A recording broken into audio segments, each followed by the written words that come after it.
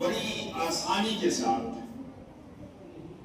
ایک عورت اپنے گھر میں بیٹھ کر، ایک عورت اپنے گھر میں رہ کر اپنے بچوں کی اصلاح، اپنے ناتی اور پوتوں کی اصلاح جتنی آسانی کے ساتھ کر سکتی ہے، ایک مرد نہیں کر سکتا۔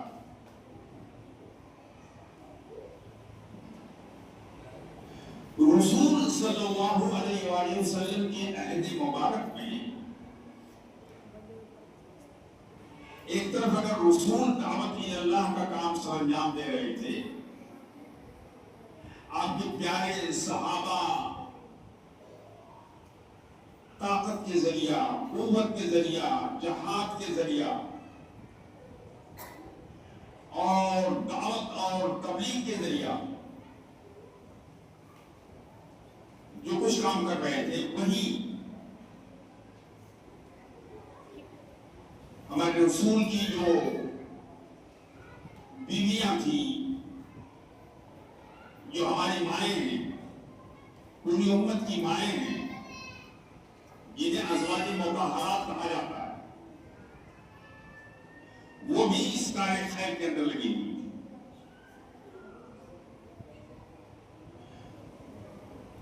رسول کی وفات کے وقت اما عائشہ صدیقہ رضی اللہ تعالی عنہ، جو رسول کی انتہائی چہیتی، انتہائی لاڈلی بیوی تھی، سیدنا ابوبکر صدیق رضی اللہ تعالی عنہ کی صاحبزادی تھی،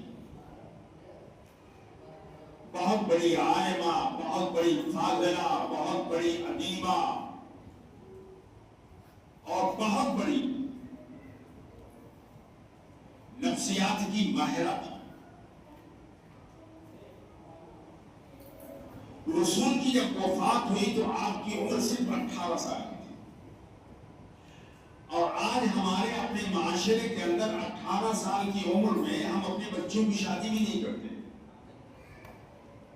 اور 18 سال کی عمر میں حضرت اما عائشہ بیوہ ہو گئی۔ رسول کی وفات سے لے کر کے اپنی پوری زندگی اما عائشہ نے دعوت کا کام، تبلیغ کا کام، صحابہ اکرام کی اصلاح کا کام، صحابہ اکرام کے سامنے جب مشکل مسائل آتے تھے جو انہیں سمجھ میں نہیں آتے تھے، اما عائشہ کی طرف رجوع کرتے تھے، اما عائشہ کتاب اور سنت کی روشنی میں اس کا حل پیش کرتے ہیں۔ تو ایک عورت اگر دین سمجھ جائے تو اس کے ذریعہ اس کے پورے گھر کی اصلاح ہو سکتی ہے۔ ایک عورت اگر ٹھان لے تو وہ اپنے گھر کو ایک مدرسہ بنا دے گی، اس مدرسے کی باورچن وہ خود ہوگی، اس مدرسے کی وسطانی وہ خود ہوگی، اس مدرسے کے طالب علم اس کے بچے ہوں گے، اس کی بچیاں ہوں گی، اس کی پوتیاں ہوں گی، اس کی نتنیاں ہوں گی، اور مدرسے کا ناظم اس کا شوہر ہوگا۔ ایک مدرسہ تیار ہو گیا۔ اسی ملک ہندوستان میں ایک وقت ایسا بھی آیا تھا جب بھی سکھدیو سنگٹن کی تحریک اتنے شد و مت کے ساتھ چلی تھی اور آریہ سماج نے مسلم معاشرے پر ایسا شبخور مارنا شروع کر دیا تھا کہ لگتا تھا کہ ہماری نسلیں لڑکھڑا جائیں گی اور ہماری نسلیں اپنے دین سے بیزار ہو جائیں گی. ہماری نسلیں اپنے دین کو چھوڑ کر کے کفر کی طرف، ہندوتو کی طرف، شرک کی طرف لوٹ جائیں گے. شیخ الاسلام مولانا ثناء اللہ صاحب السری رحمہ اللہ اور اسی طریقے سے قاضی انیل عباسی رحمہ اللہ اور اسی طریقے سے شیخ الحدیث مولانا عبید اللہ رحمانی رحمہ اللہ، مولانا نذیر احمد صاحب رحمانی رحمہ اللہ، ایک ٹیم تیار ہو گئی. ایک ٹیم گاؤں گاؤں میں، محلے محلے میں، شہروں کے چوراہوں کے کارنر میں بڑی شد و مت کے ساتھ آریہ سماجیوں کا، شدھیوں کا، قادیانیوں کا مقابلہ کیا گیا. مناظروں کے ذریعہ، مضامین کے ذریعہ، کتابوں کے ذریعہ ان کو منہ توڑ جواب دیا گیا. تب جا کر کے مسلمان ہندوستان کے اندر اپنے دین پر باقی رہ پائے. یہ تو ایک طرف مردوں کی کوششیں تھی، دوسری طرف عورتوں نے بھی اپنے گھروں کو مکتب بنا دیا، اپنے گھروں کو مکتب بنا دیا. عورتیں دینی جلسوں میں جاتی تھی، بڑے بڑے علماء کی تقریریں سنتی تھی، دین سیکھتی تھی، دین سمجھتی تھی، اور پھر اپنے گھر میں، اپنے آنگن کے اندر اسی کو نافذ کرتی تھی. نتیجہ یہ نکلا کہ کوئی ہمارا کچھ بگاڑ نہیں سکا. ہم جہاں تھے وہیں رہ گئے، اور دین کا جو یہ کارواں ہے، دین کا جو یہ قافلہ ہے، مسلسل اپنی منزل کی طرف رواں ہوتا رہا. میں اپنی ماؤں سے اور اپنی بہنوں سے یہ عرض کرنا چاہتا ہوں کہ آپ ہماری کل آبادی کی آدھا ہو. اگر ہندوستان کی کل آبادی کو تقسیم کیا جائے تو آدھی عورتیں ہیں اور آدھے مرد ہیں. مرد کے ذمے تو بہت سارے کام ہیں. اسے کمانا بھی ہے، اسے گھر سے نکلنا بھی ہے، اسے گھر سے غیر حاضر بھی رہنا ہے، اسے تمہارے لیے کپڑے کا، تمہارے بچوں کے لیے کپڑے کا بندوبست بھی کرنا ہے، گھر بھی بنانا ہے، شیش و اقارب کو بھی دیکھنا ہے، رشتے اور ناطے میں بھی نظر رکھنی ہے، بچوں کی شادیاں بھی کرنی ہے. اس کے سامنے دو مسائل کی اتنی لمبی فہرست ہے کہ اس فہرست کو دیکھ کر کے یہ الجھا سا رہتا ہے. لیکن تمہارے سامنے مسئلے کا اتنا ہجوم نہیں ہے. نہ تمہیں کمانا ہے، نہ تمہیں گھر سے نکلنا ہے، نہ تمہیں رشتہ ڈھونڈنا ہے، نہ تمہیں رشتے پر خرچ کرنا ہے. بس تم ایک کام کر دو جو تمہارے شوہر کا کام ہے، بس تم ایک کام کر دو جو تمہارے اللہ کا کام ہے، تم میں سے ایک کام کر دو جو تمہارے رسول کا کام ہے. اور وہ کام یہ ہے کہ اپنے بچوں کی اصلاح کے لیے اپنی ہمت کی کمر کسو. تمہیں اس کے لیے بہت زیادہ پریشان ہونے کی ضرورت نہیں ہے. اذان ہو رہی ہے، آواز گھر میں جا رہی ہے، گھر میں جتنے بچے ہیں سارے بچوں کو پکڑ پکڑ کے وضو کرواؤ، اور وضو بنانے کے بعد انہیں مسجد بھیجو، ان پہ سختیاں کرو، ان کو سمجھاؤ، ان کی فہمائش کرو کہ اگر مسجد میں نہیں گئے اور نماز پڑھ کے نہیں آئے تو تمہیں کھانا نہیں ملے گا. 1 دن 2 دن 3 دن 4 دن 1 ہفتہ 2 ہفتہ کی سختیوں کے نتیجے میں انشاءاللہ تمہارا گھر جو ہے یہ مسجد بن جائے گا، اور تمہارے اپنے گھر کے اندر کوئی بے نمازی نہیں بچے گا. رہی بات بہوؤں کی، بیٹیوں کی، پوتیوں کی، نواسیوں کی، جیسے اذان ہو سب کو سارا کام چھوڑ کر کے نماز کے لیے تیار ہونے کا حکم دو. پھر تم میں سے جو نسبتاً زیادہ پڑھی لکھی ہو, جسے زیادہ قرآن مجید یاد ہو, اسے امام بناؤ اور اس کی امامت میں 5 وقت 5 نگانہ نماز ہیں, 5 وقت کی نمازیں ادا کرو. دیکھو انشاءاللہ تمہارا گھر یہ نور کا گھر بن جائے گا, خیر کا گھر بن جائے گا, برکت کا گھر بن جائے گا.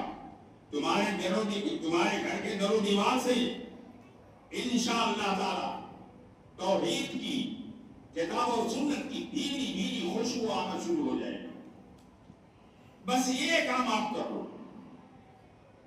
یہ کام اگر تم نے کر لیا تو تم اللہ کی لاڈلی بن جاؤ گی, تم اللہ کی چہیتی بن جاؤ گی, تم اللہ کی پیاری بن جاؤ گی, تم اللہ کی دلاری بن جاؤ گی, تم اللہ کی بیٹی بن جاؤ گی, اور تم اللہ والی بن جاؤ گی.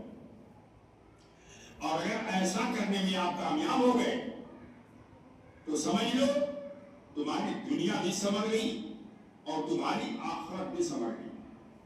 قرآن مجید میں اللہ سبحانہ و تعالی ارشاد فرماتے ہیں یا ایھا الذین آمنوا, مومنوں, اس میں مرد بھی شامل ہیں اور اس میں عورتیں بھی شامل ہیں. قوا انفسکم, اپنے آپ کو جہنم کی آگ سے بچاؤ. وعلیکم, اور اپنے اہل و عیال کو بھی جہنم کی آگ سے بچاؤ. تم تو نماز پڑھتی ہو, تم تو گنتی اور پڑھتی رہتی ہو, تمہاری بیٹی بے نمازی ہے, تمہاری بہو بے نمازی ہے, تمہاری پوتیاں بے نمازی ہیں, تو تم یہ نہ سمجھو کہ تم کامیاب ہو گئی ہو. تمہاری کامیابی کا راز صرف اس میں چھپا ہوا ہے کہ اپنے پورے گھر کو اسلامی گھر بنا دو, اور اپنے پورے گھر کے ماحول کو اسلامی گھر کا ماحول بنا دو. تمہارا جو کلچر ہو, تمہاری جو تہذیب ہو, تمہارے اپنے گھر کے آنگن کی, وہ پیور اسلامی ہو. دوستو,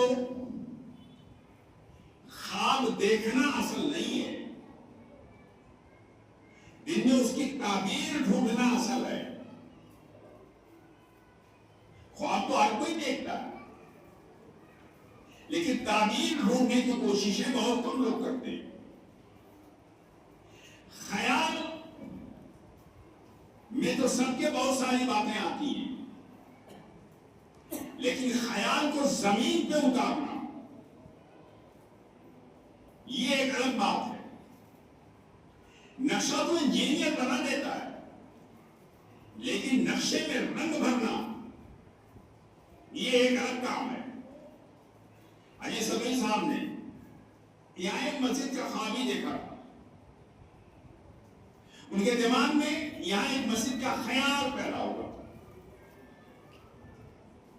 انہوں نے یہاں ایک مسجد کا نقشہ سے بنوایا تھا, لیکن انہوں نے خیال کو زمین پہ اتارنے کی کوشش کی اور خواب کی تعبیر ڈھونڈنے کی کوشش کی اور نقشے میں رنگ بھرنے کی کوشش کی. تو 6-7 سال کے وقفے کے اندر 2 منزلہ مسجد, خوبصورت مسجد تعمیر ہو کر کے آپ حضرات کی دین کی جو ضرورت ہے اس کو پوری کر رہی ہے. یہ زمین انہوں نے اپنی زمین دی. اس زمین پر مسجد کی تعمیر میں انہوں نے اپنی جیب کے پیسے خرچ کی. دوستوں نے, عزیزوں نے اور اعتماد کرنے والوں نے اپنے بھی پیسے خرچ کیے. بات کمپلیٹ نہیں ہو گئی ہے. مسجدوں کی عمر جو ہوتی ہے وہ بڑی لمبی ہوتی ہے, اور اس مسجد کے ماتحت یہ جو ادارہ چل رہا ہے, حفظ کا ادارہ, تجوید کا ادارہ اور مکتب کا ادارہ, ابھی بھی اس کی بہت ساری ضرورتیں ہیں.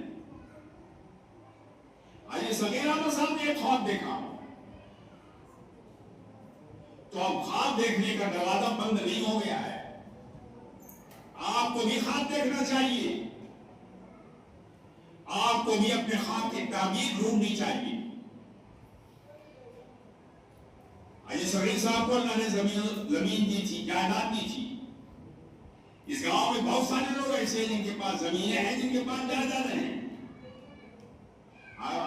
حاجی صغیر صاحب نے جو ایک سلسلہ شروع کیا، اب ضرورت ہے کہ اس سلسلے کو آگے بڑھایا جائے اور دین کے کسی کام کے اندر رکاوٹ ڈالنا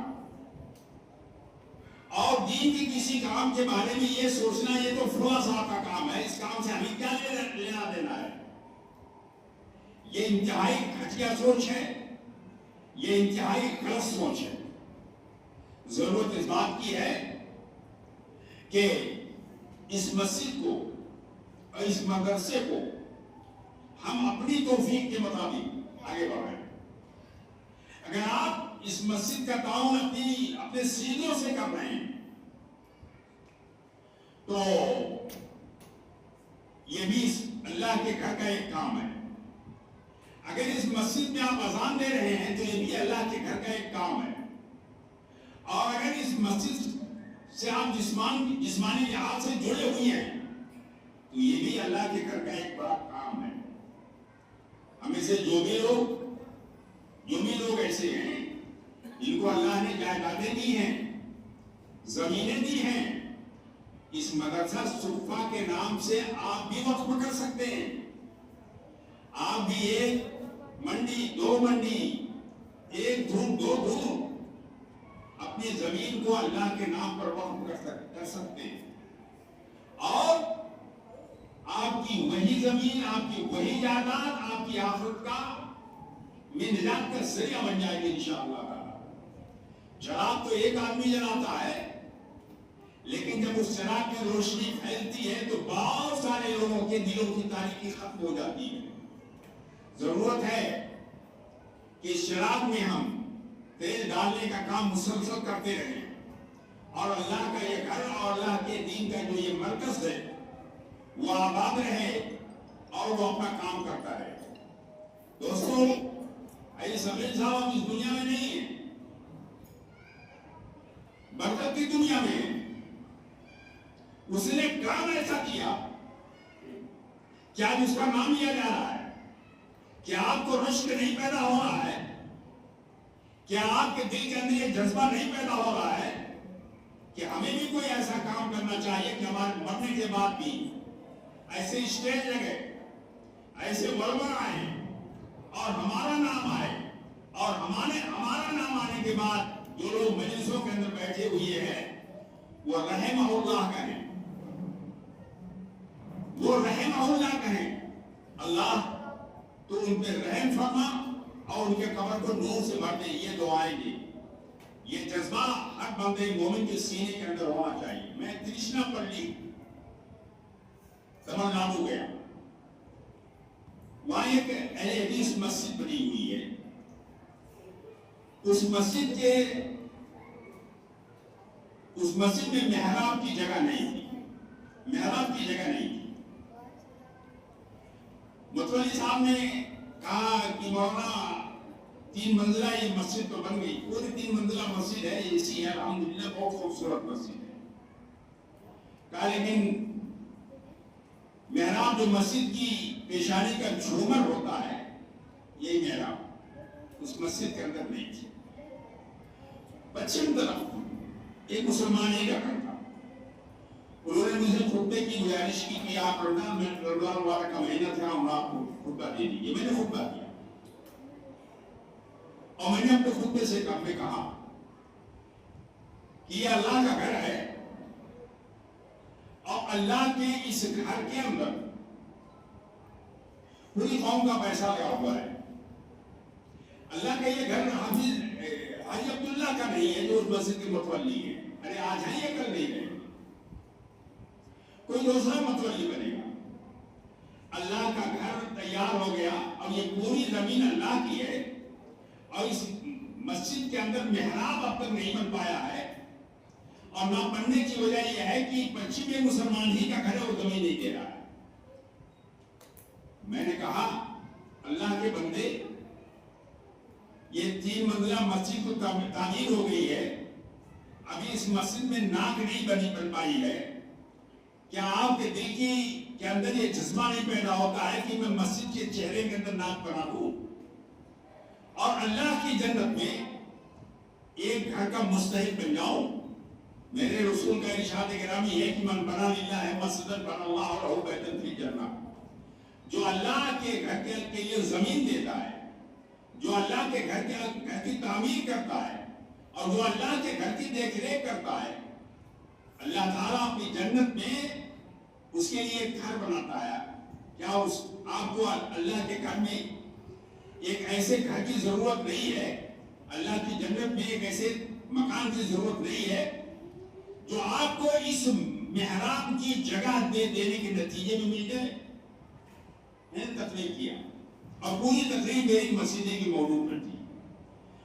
میری تقریر ابھی ہو ہی رہی تھی، وہ آدمی کھڑا ہوا اور اس نے کہہ دیا کہ مولانا اس مسجد کے لیے میرے گھر کو گرا کر کے محراب کے لیے جتنی جگہ کی ضرورت ہو میں مسجد کو دینے کے لیے تیار ہوں۔ الحمدللہ خوبصورت محراب سنگ مرمر کا بن کے تیار ہو گیا، اور آج وہ مسجد پورے ترچنا پلی کے اندر، میں آپ کو بتا دوں کہ تمل ناڈو کے اندر مدراس کے بعد سب سے بڑا شہر ترچنا پلی ہے۔ اللہ کا گھر، اللہ کی مسجد تعمیر ہو گئی۔ میں یہ عرض کرنا چاہتا ہوں کہ حاجی صغیر صاحب مرحوم نے یہ کام شروع کیا، یہ کام ان کی زندگی میں کمپلیٹ نہیں ہوا، اور یہ کام اب جب جو ان کے لڑکے شبیر صاحب کر رہے تو ان کے بھی زندگی میں کمپلیٹ نہیں ہوگا۔ کام چلتا رہے گا، ضرورتیں سامنے آتی رہیں گی، مسائل سامنے آتے رہیں گے، اس کو اپنی ضرورت سمجھ کر کے جب بھی مسجد کے سامنے یا مدرسے کے سامنے کوئی مسئلہ آئے، ہم سب کو مل کر کے اسے حل کرنے کی ضرورت ہے، مل کر کے اس مسئلے کو حل کرنے کی ضرورت ہے، اور اگر ہم نے ایسا نہیں کیا تو ہم عند اللہ محفوظ ہوں گے۔ میں اپنی ماں اور بہنوں سے خاص طور پہ کہنا چاہتا ہوں کہ آپ اپنے گھر کو ایک مکتب بنا دو، اور جیسے آپ بہوؤں پر ناک و بھاؤ سیدھا کرتی ہیں، ٹیڑھا کرتی ہیں، اور اپنے بہو کی ایک چھوٹی غلطی پر اس کو تنبیہ کرتی ہیں، ایسے ہی اپنے بیٹوں، اپنے ناتی اور اپنی نتنیوں، اپنی نواسیوں کو اللہ کی طرف لانا یہ آپ کی ذمہ داری ہے۔ اور اگر ایسا آپ نے کیا تو انشاءاللہ تعالی اس دین کے لیے کوئی خطرہ نہیں ہے۔ روس کے اندر جب کمیونزم آیا اور پورے روس کو کمیونسٹوں نے جب اپنے قبضے میں کر لیا، سارے مدرسے بند کر دیے گئے، ساری مسجدیں بند کر دی گئی، سارے مدرسوں پہ تالے لگ گئے، سارے مسجدوں پہ تالے لگ گئے۔ روس کا کوئی بھی مسلمان نہ تو مسجد میں جا سکتا تھا اور مدرسے میں جا سکتا تھا۔ تو آپ جانتے ہیں روس کے مسلمانوں نے اپنے دین کی حفاظت کیسے کیا تھا؟ اپنے گھر کو، اپنے گھر کے آنگن کو مدرسہ بنا دیا، اپنے گھر کے آنگن کو مدرسہ بنا دیا، خود اس کے مدرس بن گئے، ان کی بیویاں ان کے گھر کی مدرسہ بن گئی۔ اپنے گھر کے اندر ان لوگوں نے اپنے بچوں کو، اپنے بیٹوں کو اور اپنی بیٹیوں کو دین پڑھایا۔ اور میخائیل گورباچوف کے زمانے میں جب روس سے کمیونزم کا خاتمہ ہوا، ایک بیگ پورے روس میں اسلام کی بہار آ گئی۔ وہ لوگ جو اپنے گھروں میں چپ کر کے اور دب کر کے اللہ کے دین کا کام کر رہے تھے، سب کے سب باہر آ گئے۔ اور آپ نے چیچینیا جو اسلامی صوبہ تھا، وہاں تو ایسے ایسے مجاہدین وہاں سے نکلے کہ روسی حکومت کے چھکے اڑا کر کے رکھ دیے۔ تو یہ ماں کا کام تھا، یہ میری بہنوں کا کام تھا، میری مائیں اور بہنیں اپنے دین کی ضرورت کو سمجھیں اور اپنے گھر کو اور اپنے پورے معاشرے کو دین کی طرف لانے کی کوشش کریں۔ میں اب بھی اس کے بعد انشاءاللہ یہاں جو پروگرام ہوگا